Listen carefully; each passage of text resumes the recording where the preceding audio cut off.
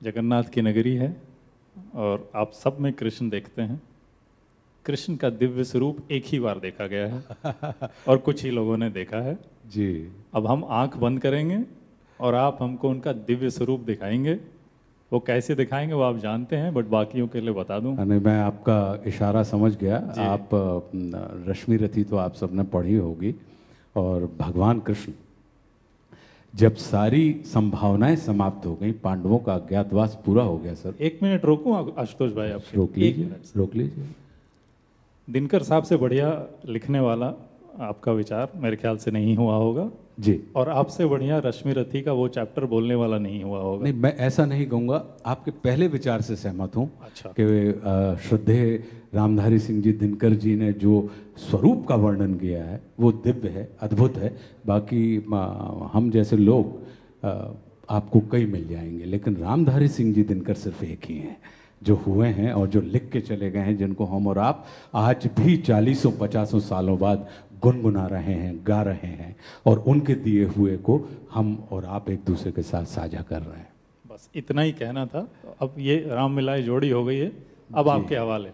तो श्रद्धेय दिनकर जी लिखते हैं कि जब पांडवों की सारी कोशिशें समाप्त हो गईं और दुर्योधन ने उनको युद्ध का निमंत्रण ही दे दिया, और भगवान कृष्ण ने सोचा कि अब यार मैं चाहता हूं कि ये युद्ध किसी भी तरीके से टल जाए, तो वो दूत कर्म के लिए भी तैयार हो गए भगवान कृष्ण, और वो पांडवों के दूत बन के हस्तिनापुर पहुंचते हैं कौरवों की सभा में। और होता क्या है उसका बड़ा रश्मि रथी के तृतीय सर्ग में रामधारी सिंह जी दिनकर ने बड़ा अद्भुत और दिव्य वर्णन किया है। तो वो मैं आपके साथ साझा कर रहा हूँ कि वर्षों तक वन में घूम घूम बाधा विघ्नों को चूम चूम सह धूप घाम पानी पत्थर, पांडव आए कुछ और निखर, सौभाग्य न सब दिन सोता है देखें आगे क्या होता है। जो आपने सौभाग्य की बात पूछी, वर्षों तक वन में घूम घूम बाधा विघ्नों को चूम चूम सह धूप घाम पानी पत्थर, पांडव आए कुछ और निखर, सौभाग्य न सब दिन सोता है देखें आगे क्या होता है।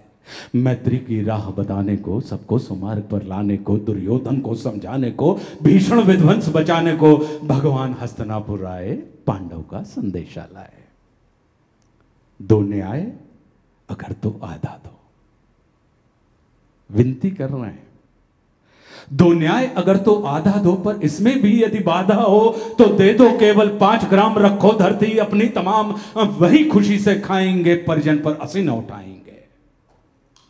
और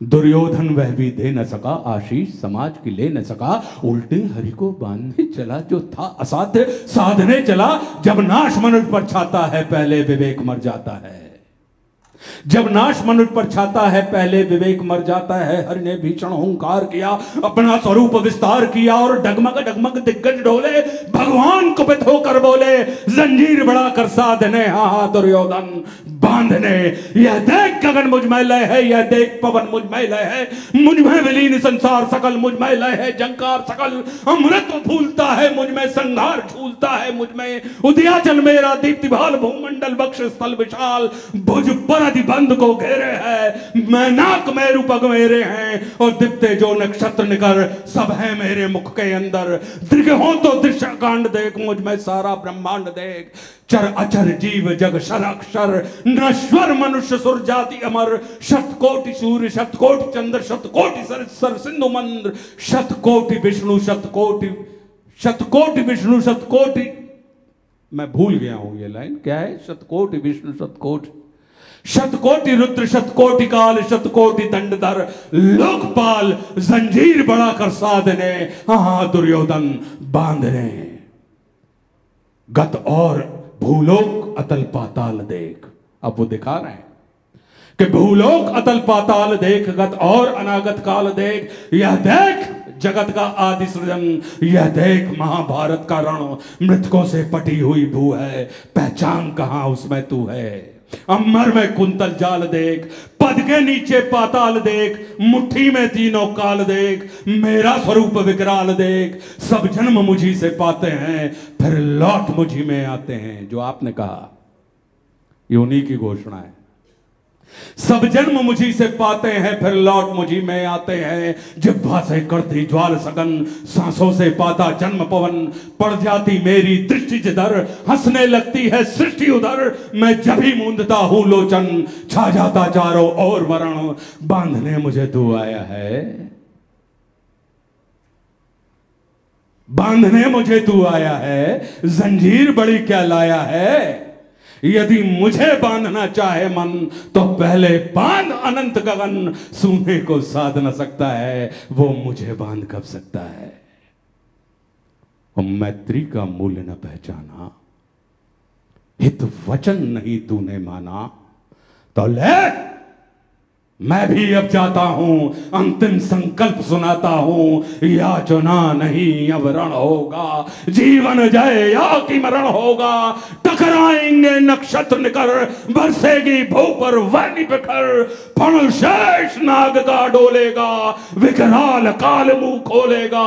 दुर्योधन रण ऐसा होगा, फिर कभी नहीं जैसा होगा। भाई पर भाई टूटेंगे, वायसगाल सुख लूटेंगे।